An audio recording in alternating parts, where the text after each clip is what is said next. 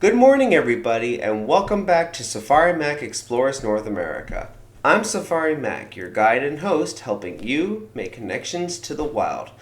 Wow, ladies and gentlemen, here we are already 6 days into the year of 2024, and for each and every one of you, I hope it's off to a great start.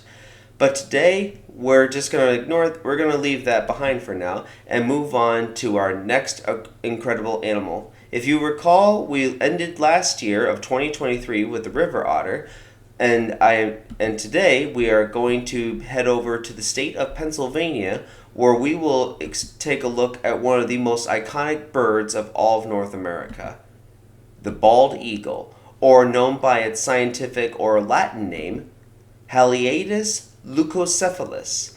But as always, if you're new to my channel, hit that like and subscribe button so that you can see all of my other previous episodes.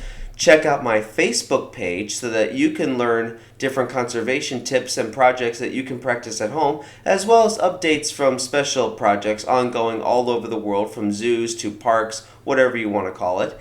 And if you have questions, or if you have a certain animal that you would like me to do as a special request, send me an email, which you'll find the link to down in the description below. But if you're ready, let's take to the North American skies.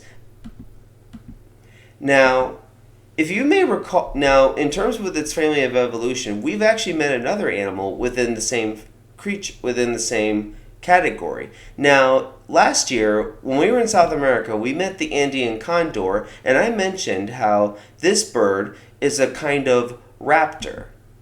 No, not this raptor. Raptor meaning bird of prey, which includes hawks, falcons, vultures, owls, kite birds, and of course eagles. But now, how did these creatures come to be the magnificent animals that we know today? First of all, we need to go back in time to the Mesozoic era, or what we know as the age of the dinosaurs. Thanks to decades of studies and new discoveries being made in the world of paleontology almost every day or so, we have been able to uncover more than I bet any of us had ever imagined. Thanks to paleontology, we have concrete evidence that birds are the direct descendants of dinosaurs, from the earliest evolution up to one of the very first kinds of birds, which we call Archaeopteryx, that first appeared in the Jurassic period 144 million years ago. Now, originally, these birds were not like what we see today. For one, they still had dinosaur-like features, and of course, these birds had teeth. And of course, it seemed like they were going to take over, and they probably would have stayed on as the rulers of the earth forever. Of course, though, that was not to be.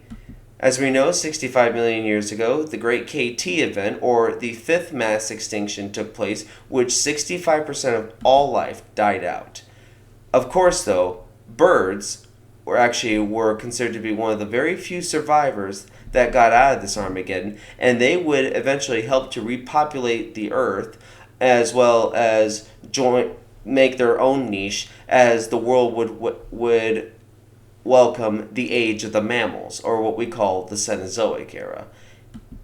Now, of course, in terms of where eagles originated from, we only know that they evolved from kite birds, although we're not exactly sure when or where they first appeared on Earth. All I can say is that the modern bald eagle that we know today may have appeared around 1 million years ago. Now, let's talk about their habitat and their lifestyle. Now, bald eagles are one of the greatest birds in all of the North American continent. Not just in the United States, but they also have a big claim in parts of Canada, all across Canada really, and a bit of northern Mexico, if you believe it or not.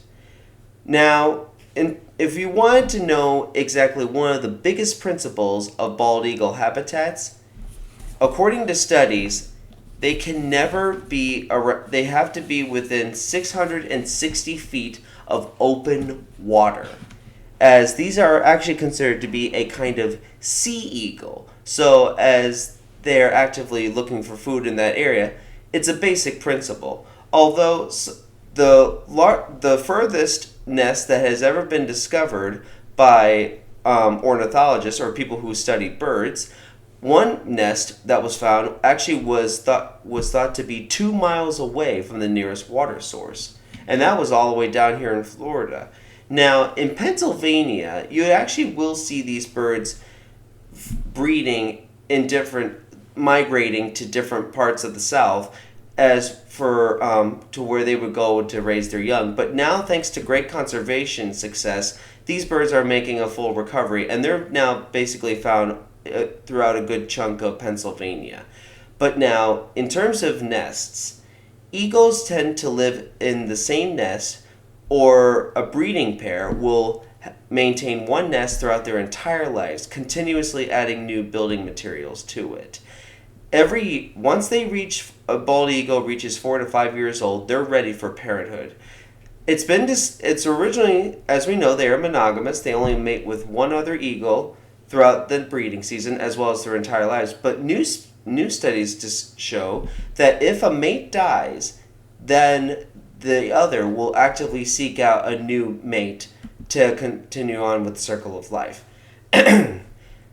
After laying a clutch of anywhere between maybe 1 egg to even sometimes 3 eggs, though usually 2 eggs is the normal deal, they sit on their nest for around 35 days until the eaglets themselves finally hatch.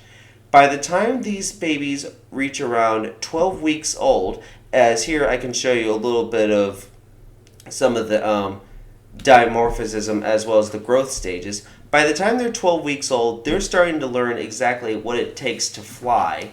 And then but like I said, it won't be until they're at least 4 to 5 years old when they get their full adult look. So as you can see, they kind of might be mistaken for another kind of eagle that shares North America's home, which is the golden eagle. But we'll get more about them later, or we'll learn about golden eagles later on as we discover North America. Now, let's talk about their diet. As I've mentioned, now, since these are a really magnificent predator, they really do take the cake in hunting. But now these are, as I've mentioned, these are a kind of sea eagle. And so studies show that 56% of their diet is fish.